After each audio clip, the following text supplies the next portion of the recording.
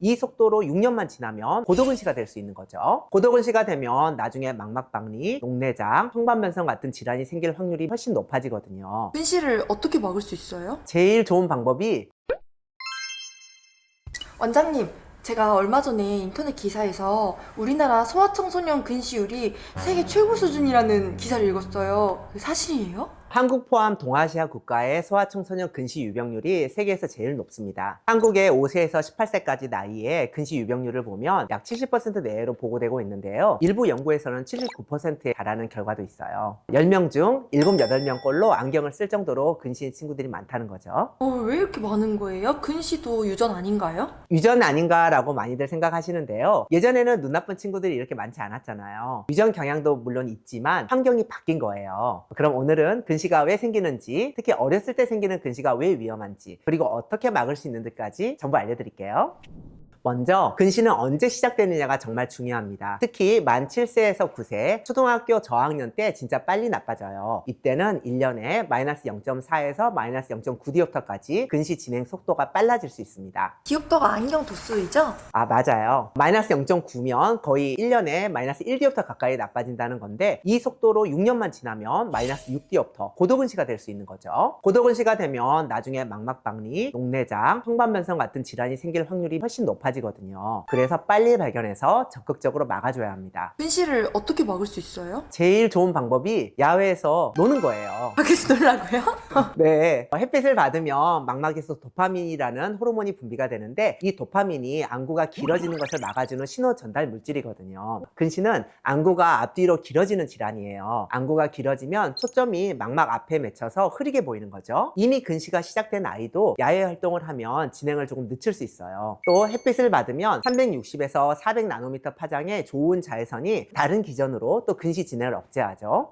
근데 요즘 애들 학원 가고 숙제하고 스마트폰 보느라 밖에서 놀 시간이 없잖아요. 그래서 한국 애들이 근시가 많은 거예요. 두 번째로 중요한 게 근거리 작업 습관이에요. 책이나 스마트폰을 볼 때 너무 가까이 보면 좋지 않아요. 너무 심하게 조절하지 않도록 최소 30cm는 떨어져서 봐야 되고요. 1시간 연속으로 근거리를 본다면 적어도 1시간에 한 1분이라도 시간을 내서 먼 곳을 보거나 아니면 눈을 이렇게 감고 계시는 게 좋아요. 눈의 조절 근육을 쉬게 해주는 거예요. 조명도 중요한데요. 어두우면 눈은 더 많은 빛을 받아들이기 위해서 동공이 확장됩니다. 이 상태에서 책이나 스마트폰을 보면 초점을 맞추기 위해 눈의 조절 근육이 더욱 강하게 긴장해야 하죠. 그러면 눈이 쉽게 피로하게 되고 근시를 촉진하게 됩니다. 따라서 500룩스 이상으로 밝은 곳에서 공부하도록 해야 해요. 또 방 조명은 끄고 책상 스탠드만 켜면 밝은 곳과 어두운 곳의 차이가 커서 동공이 수축과 이완을 반복하면서 눈이 피로해집니다. 즉 근시 진행을 억제하려면 공부방의 조명을 밝고 균일하게 유지해야 해요. 그러면 자기 전에 불 끄고 막 스마트폰 하는 것도 눈에 엄청 안 좋겠네요?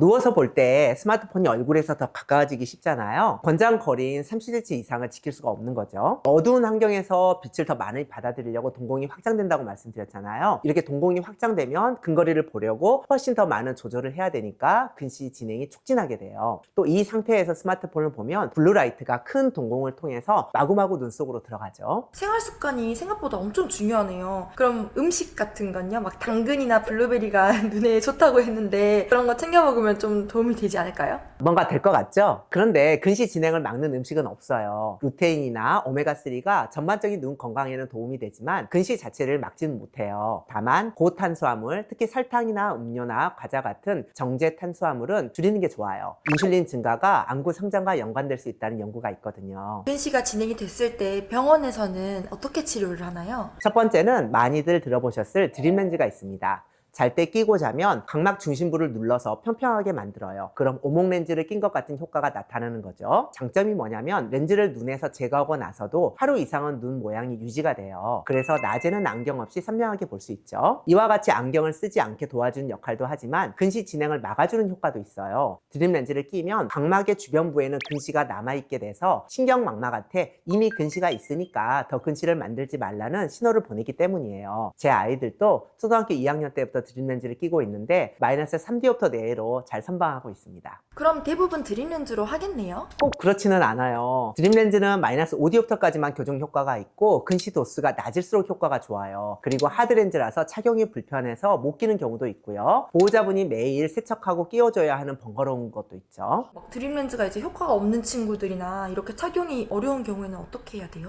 마이사이트라는 렌즈가 있어요. 이건 소프트 렌즈라서 드림렌즈보다 착용감이 훨씬 좋고 편합니다. 가장 큰 차이가 뭐냐면 드림렌즈는 잘 때 착용한다고 했는데 마이사이트는 낮 동안에 착용하는 렌즈예요. 그리고 일회용이거든요. 그날 착용하고 자기 전에 빼서 버리면 돼요. 드림렌즈는 매일 세척하고 관리해야 되는데 그에 비해 훨씬 편하고 위생적으로 관리가 쉽죠. 그럼 또 마이사이트가 훨씬 좋아 보이는데요? 근데 마이사이트의 단점은 난시 교정 기능이 없어요. 그래서 난시가 심한 아이들은 착용해도 시력이 좀 떨어질 수 있고 심한 경우에는 렌즈를 착용한 상태에서 난시 교정용 보조 환경이 필요할 수 있어요. 근데 아이의 나이와 상황을 정확히 봐야 알겠지만 난시만 없다면 마이사이트도 충분히 좋은 선택이에요. 렌즈 착용이 완전히 어려운 애들은요? 일단 안약으로 근시 예방을 하는 방법도 있어요. 마이오가드라고 해서 저농도 아트로핀 점화액인데요. 자기 전에 한 방울을 넣는데 근시 진행을 억제해주는 효과가 있어요. 근데 아트로핀은 렌즈와 달리 근시 교정 효과가 없어서 안경이나 렌즈와 함께 사용해야 해요. 그리고 부작용으로 동공이 커지면서 눈부심이 생기거나 근거리가 흐려질 수 있어요. 또 요새는 근시 진행을 억제하는 안경도 있어요. 줌렌즈처럼 안경의 주변부에 근시를 남겨서 근시 진행을 억제하죠. 근시 진행을 좀 억제하는 치료 방법들이 이렇게 좀 여러 가지가 있는데 원장님이 생각하시기에 가장 좋은 방법은 그럼 뭔가요? 생활 습관이랑 안과 치료를 병행하는 게 제일 효과적이에요. 아까 말씀드린 생활 습관들을 잘 지키면서 드림렌즈나 마이사이트, 마이오가드 이런 것들 중 우리 아이한테 맞는 치료를 같이 해주면 충분히 근시 진행을 막고 근시로 인한 질환들도 예방할 수 있어요. 지금까지 말씀드린 여러 치료들을 하더라도 근시가 어느 정도 진행하는 것은 어쩔 수 없어요. 다만 6디옵터 이상의 고도 근시로 진행하면 근시로 인한 질환들도 생길 수 있고 추후 라식 등의 시력 교정에도 제한이 생길 수 있습니다. 지금이 골든타임이라 생각하시고 꼭 아이들의 눈 건강을 잘 챙기시길 바랍니다. 오늘 영상이 도움이 되셨다면 구독과 좋아요 눌러주시고 저는 다음 영상에서 뵙겠습니다. 감사합니다.